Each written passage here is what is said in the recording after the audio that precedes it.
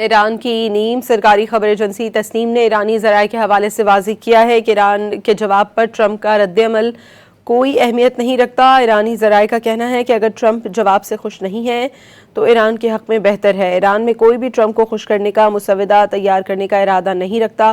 ایران کے جواب پر ٹرمپ کا رد عمل کوئی اہمیت نہیں رکھتا۔ مذاکراتی ٹیم صرف ایرانی قوم کے حقوق کے منصوبے کا مسودہ تیار کرے گی۔ اس سے پہلے امریکی تجویز ایران کے جواب کی تفصیلات سامنے آئی تھیں۔ رپورٹ کے مطابق ایران کا رد عمل تمام محاذوں پر جنگ کے خاتمے پر مرکوز ہے۔ ایرانی تجویز میں حملے دوبارہ نہ شروع ہونے کی ضمانت دینے کا مطالبہ بھی شامل ہے۔ ایران کے رد عمل میں ابتدائی مفاہمت نے 1 ماہ پر مشتمل مذاکرات کے دوران ایرانی تیل کی فروخت پر امریکی پابندیاں عائد 30 روز کے لیے ہٹانے کا مطالبہ بھی شامل ہے۔ جواب میں بحری ناکہ بندی ختم کرنے پر بھی زور دیا گیا ہے۔ ایران نے امریکی صدر کا ٹیلی فون پر مذاکرات کا مشورہ مسترد کر دیا ہے۔